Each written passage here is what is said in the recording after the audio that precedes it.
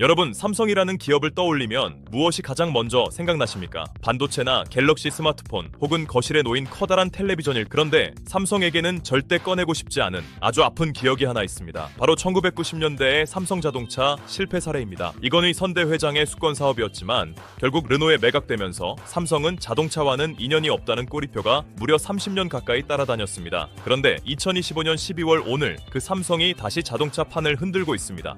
그것도 아주 파격적인 뉴스로 말이죠.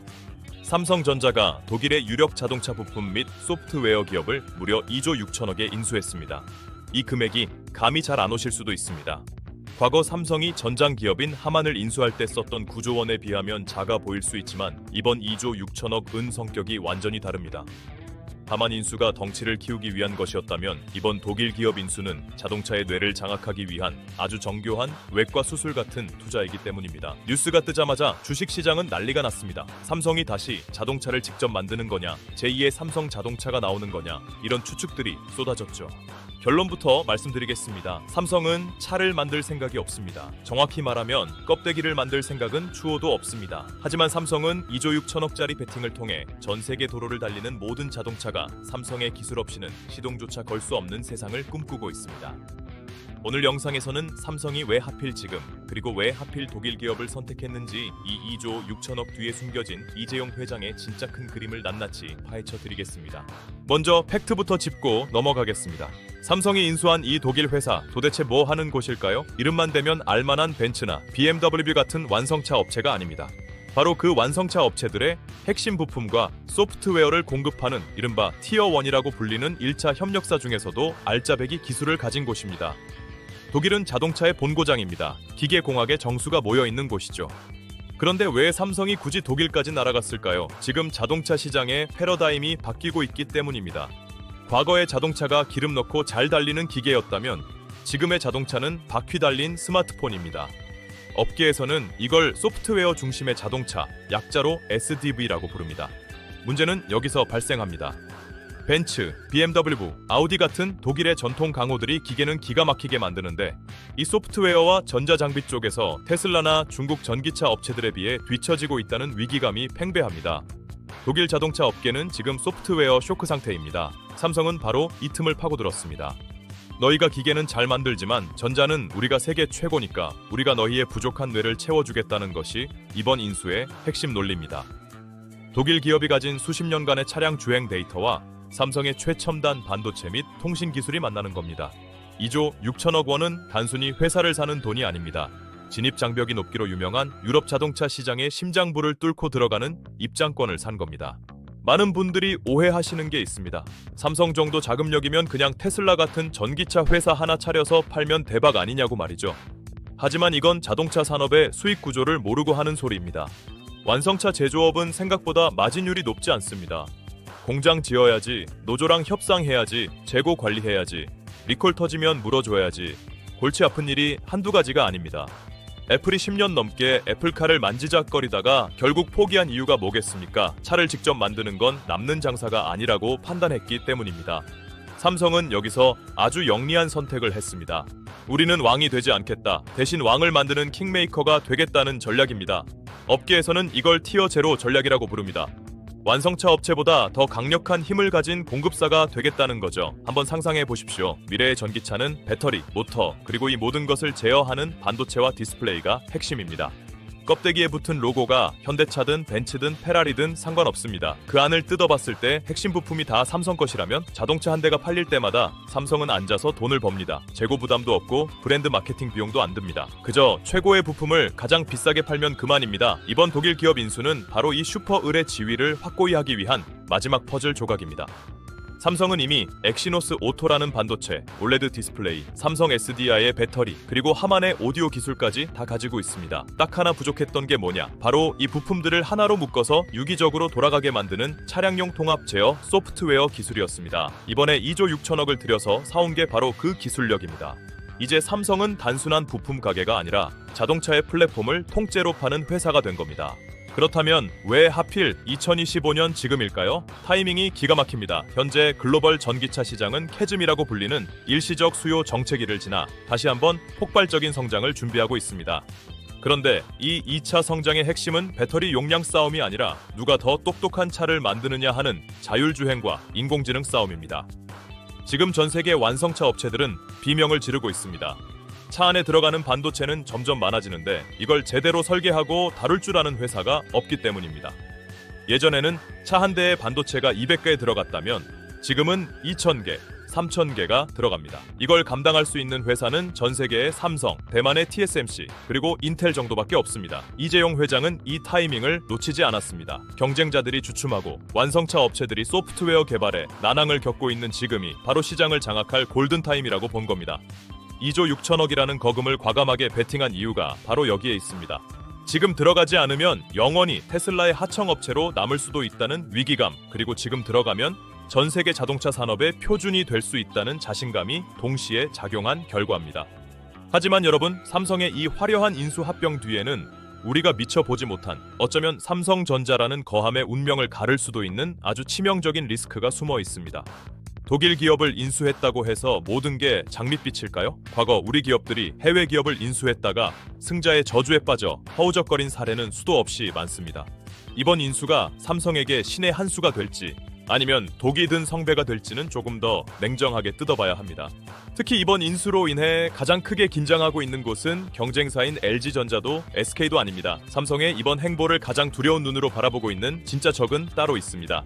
그들이 누구인지, 그리고 삼성은 그들과의 전쟁에서 어떻게 이기려고 하는지, 이 거대한 판에 숨겨진 위협 요소를 지금부터 본격적으로 파헤쳐 보겠습니다.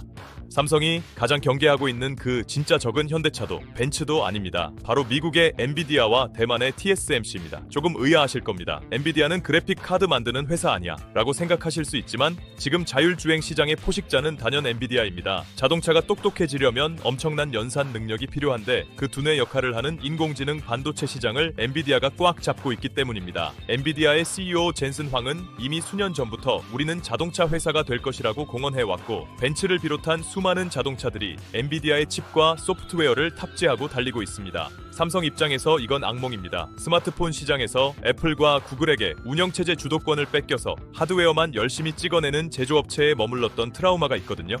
미래 자동차 시장에서도 엔비디아의 칩을 사다가 조립만 하는 신세가 될 수는 없다는 절박함이 깔려 있는 겁니다. 그래서 이번 독일 기업 인수는 엔비디아의 독주를 막기 위한 삼성의 독자 생존 선언과도 같습니다. 엔비디아 칩 안 써도 된다. 우리 엑시노스 칩이랑 우리가 이번에 사온 독일 회사의 소프트웨어를 같이 쓰면 훨씬 싸고 성능도 좋다는 논리입니다. 이렇게 세트로 묶어서 파는 걸 전문 용어로 턴키 방식이라고 하는데요. 삼성은 이 턴키 전략으로 완성차 업체들을 공략하겠다는 겁니다. 하지만 이 전략이 성공하려면 반드시 넘어야 할 산이 있습니다. 바로 이질적인 문화의 결합이라는 리스크입니다.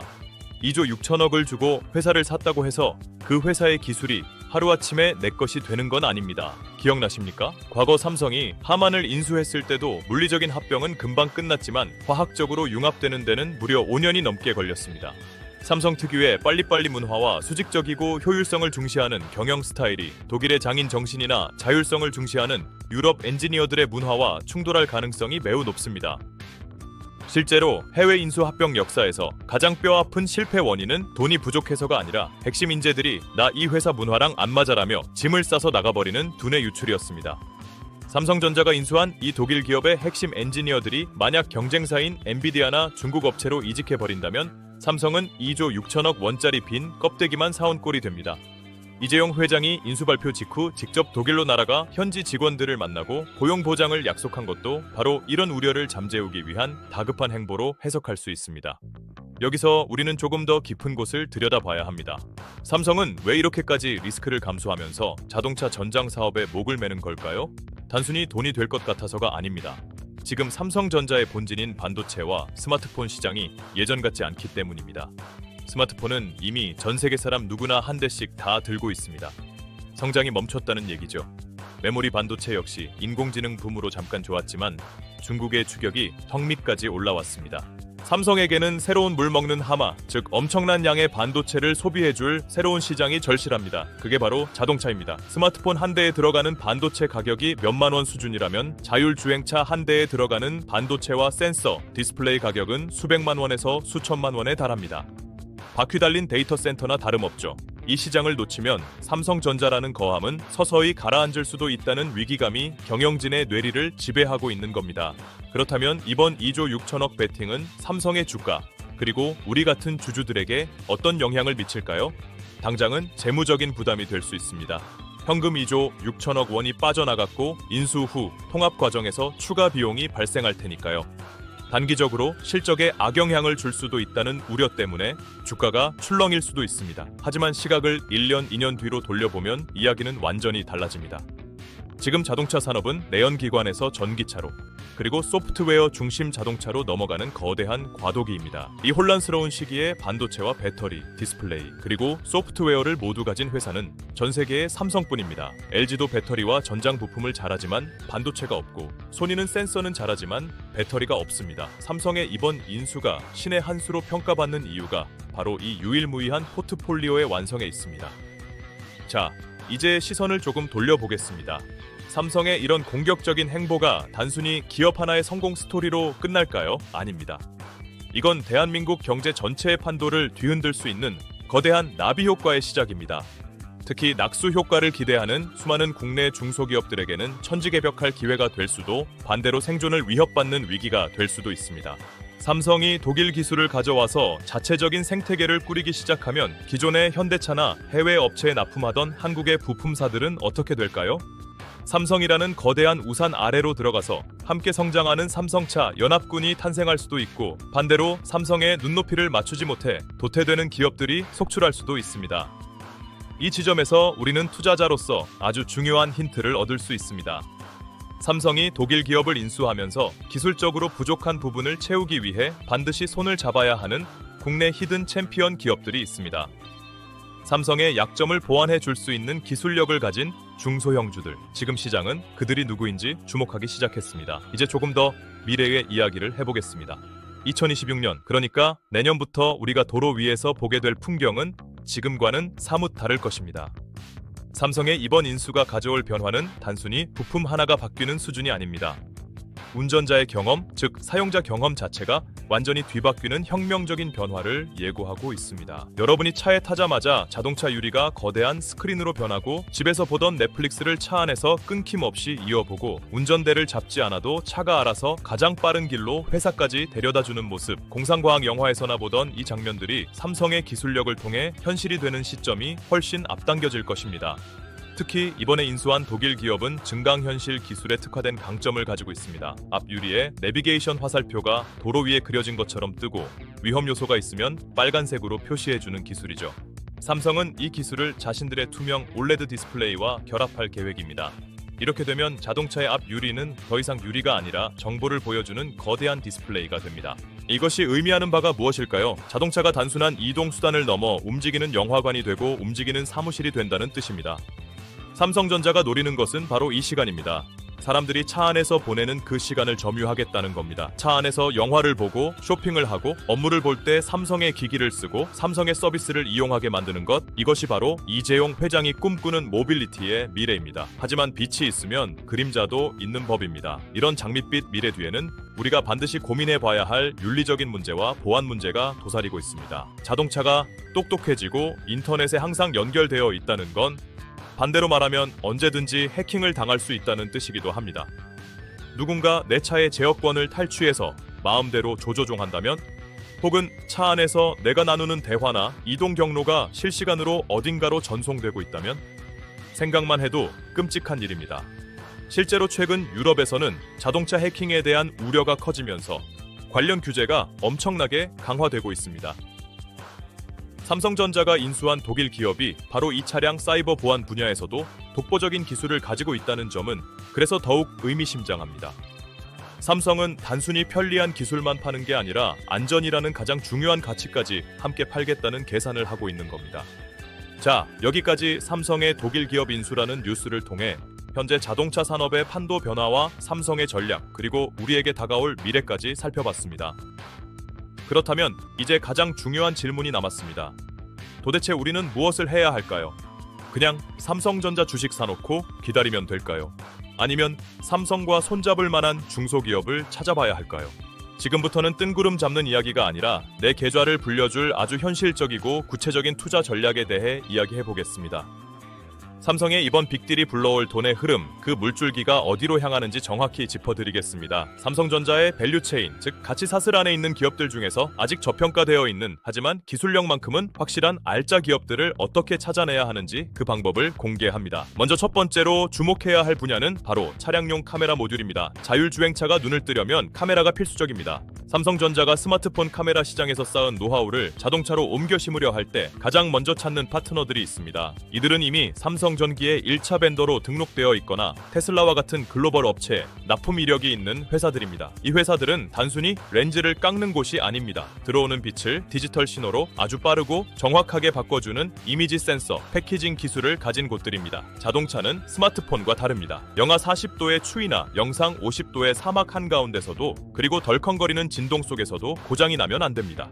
사람의 목숨이 달려 있으니까요. 그래서 진입 장벽이 엄청나게 높습니다. 한번 뚫기가 어려워서 그렇지 한번 뚫으면 최소 5년에서 10년은 안정적으로 물량을 공급합니다. 이게 바로 전장 부품 주식의 매력입니다. 여러분이 재무제표를 보실 때 매출액 대비 연구개발비 비중이 높고 최근 2년 3년 사이에 공장 증설 공시를 낸 카메라 모듈 관련 기업들을 유심히 보셔야 하는 이유가 바로 여기에 있습니다. 삼성전자가 독일로 가는 배에 같이 올라탈 확률이 매우 높은 1순위 후보들이기 때문입니다.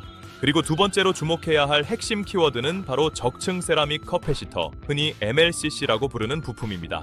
이건 전자산업의 쌀이라고 불리는데요. 전기가 일정하게 흐르도록 댐 역할을 해주는 아주 작은 부품입니다. 이게 왜 중요하냐고요? 최신 스마트폰 하나에 MLCC가 보통 1000개 정도 들어갑니다. 그런데 자율주행 전기차 한 대에는 얼마나 들어갈까요? 놀라지 마십시오. 최소 15,000개에서 많게는 2만 개가 들어갑니다. 스마트폰의 20배가 넘는 물량이 차 한 대에 들어가는 겁니다. 삼성전자가 자동차 사업에 드라이브를 건다는 건 곧 그룹 계열사인 삼성전기의 MLCC 매출이 폭발한다는 뜻이고 삼성전기에 재료를 납품하는 소재 기업들의 낙수 효과까지 이어진다는 뜻입니다. 특히 전기차용 MLCC는 일반용보다 가격도 서너 배 비쌉니다. 마진이 많이 남는다는 얘기죠. 따라서 여러분은 삼성정이라는 대형주만 볼 게 아니라 그 아래단에 있는 MLCC 제조 장비 회사나 전도성 페이스트 같은 핵심 소재를 만드는 기업들의 주가 흐름을 반드시 체크하셔야 합니다. 하지만 우리가 너무 장밋빛 미래만 그리면 안 됩니다. 투자자는 항상 최악의 시나리오를 대비해야 하니까요. 삼성의 이번 독일 기업 인수가 성공하려면 반드시 이겨야만 하는 아주 강력하고 무서운 상대가 있습니다. 앞서 말씀드린 엔비디아가 기술적인 경쟁자라면 이들은 시장 자체를 집어삼키려는 포식자입니다. 바로 중국입니다. 여러분, 최근 중국의 샤오미가 내놓은 전기차 보셨습니까? 성능은 포르쉐급인데 가격은 그 절반도 안 됩니다. 더 무서운 건 그 안에 들어가는 운영체제와 소프트웨어가 샤오미의 스마트폰, 가전제품과 완벽하게 연동된다는 점입니다. 삼성이 지금 하려고 하는 그 생태계 전략을 중국 기업들은 이미 내수 시장에서 실현하고 있습니다. BYD 같은 중국 전기차 업체들은 배터리부터 반도체, 차량용 소프트웨어까지 수직 계열화를 끝마쳤습니다. 가격 경쟁력 면에서는 도저히 이길 수가 없는 수준입니다. 삼성전자가 2조 6천억 원을 들여 독일 기업을 인수한 진짜 속내가 여기서 드러납니다.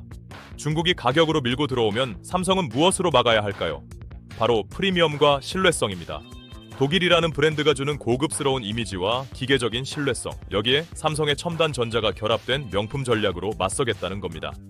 싸구려 중국산 전기차와는 차원이 다른 안전하고 고급스러운 경험을 팔겠다는 것이죠. 유럽은 전통적으로 중국에 대한 견제가 심한 시장입니다. 개인정보보호법도 매우 강력하죠. 삼성은 독일 기업 인수를 통해 유럽의 이 까다로운 규제 장벽 안으로 안전하게 들어갔습니다. 중국 전기차들이 유럽 시장에서 데이터 보안 문제로 두들겨 맞을 때 삼성의 기술이 들어간 자동차들은 우리는 독일 기술을 기반으로 한 안전한 차라는 인증 마크를 달고 유럽 도로를 누빌 수 있게 되는 겁니다. 이것이 바로 이재용 회장이 그린 지정학적 리스크 관리이자 중국을 따돌리는 초격차 전략의 핵심입니다. 자, 이제 이야기를 조금 더 확장해 보겠습니다. 삼성전자가 자동차 전장 사업을 한다는 건 단순히 차를 잘 만들게 돕는다는 의미를 넘어섭니다. 여러분의 일상이 완전히 삼성이라는 생태계 안에 갇히게 된다는 뜻입니다. 전문 용어로 락인 효과라고 하죠. 퇴근길 차 안에서 갤럭시 폰으로 집안에 있는 에어컨을 미리 켜두는 건 이제 옛날 이야기입니다. 앞으로는 차가 주인의 상태를 파악해서 집 안조명을 조절하고 냉장고에 있는 재료를 스캔해서 오늘 저녁 메뉴를 차 디스플레이에 띄워주고 부족한 식재료는 쿠팡이나 쓱닷컴으로 주문까지 해주는 세상이 옵니다. 차가 단순한 이동수단이 아니라 스마트홈의 연장선이 되는 겁니다. 삼성전자가 노리는 가장 큰 그림이 바로 이겁니다. 애플이 아이폰, 아이패드, 맥북을 연동시켜서 애플 생태계에서 못 빠져나오게 만든 것처럼 삼성은 자동차, 스마트폰, 가전제품을 하나로 묶어서 그 누구도 흉내낼 수 없는 거대한 초영열 사회를 만들겠다는 겁니다. 이번에 인수한 독일 회사의 소프트웨어는 이 모든 기기들이 막힘없이 대화할 수 있게 해주는 통역사 역할을 하게 될 것입니다. 이런 미래가 오면 가장 큰 수혜를 보는 건 누구일까요? 당연히 삼성전자 주주들이겠지만 더 넓게 보면 이 연결 고리를 담당하는 통신 장비 업체, 클라우드 보안 업체, 그리고 차량용 콘텐츠를 만드는 회사들이 새로운 대장주로 떠오를 겁니다. 지금 당장은 자동차 부품주들이 주목받지만 2차 파동은 소프트웨어와 콘텐츠 기업들로 번질 것이라는 이야기입니다. 투자의 시야를 하드웨어에서 소프트웨어로 넓혀야 할 때가 바로 지금입니다. 이제 결론을 내리겠습니다. 삼성전자의 2조 6천억 원 독일 기업 인수는 단순한 뉴스 한 줄로 넘길 일이 아닙니다. 이것은 대한민국 1등 기업이 다음 10년, 20년 먹거리를 어디서 찾고 있는지를 보여주는 가장 확실한 나침반입니다. 지금 당장 여러분이 해야 할 행동 지침을 3가지로 정리해드리겠습니다. 첫째, 공포에 사지 말고 확신에 사십시오. 이번 인수 뉴스로 인해 관련 테마주들이 급등락을 반복할 겁니다. 이름만 비슷하다고 혹은 삼성이랑 거래한 적 있다는 소문만 믿고 묻지마 투자를 하는 건 도박입니다. 반드시 전자공시 시스템에 들어가서 해당 기업이 실제로 전장사업부에서 매출을 얼마나 내고 있는지, 영업이익률은 개선되고 있는지 숫자로 확인하십시오. 둘째, 삼성의 파트너 리스트를 다시 쓰십시오. 과거 스마트폰 시대의 파트너와 자동차 시대의 파트너는 다릅니다. 스마트폰 부품사는 단가 인하 압력 때문에 이익률이 박하지만 전장 부품사는 기술 장벽이 높아서 제값을 받습니다. 기존 모바일 부품사 중에서 전장 비중을 30% 이상으로 성공적으로 늘리고 있는 기업을 골라내십시오. 그들이 바로 흙 속의 진주입니다. 셋째, 긴 호흡으로 보십시오. 전장 사업은 하루아침에 대박이 나는 사업이 아닙니다. 자동차 개발 주기는 보통 3년에서 5년입니다. 지금 삼성이 씨앗을 뿌렸으니 열매는 빨라야 2027년, 2028년에 열립니다. 단타로 접근하기보다는 삼성의 큰 그림과 발맞춰 함께 성장할 기업을 찾아 적금 붓듯이 꾸준히 모아가는 전략이 유효합니다.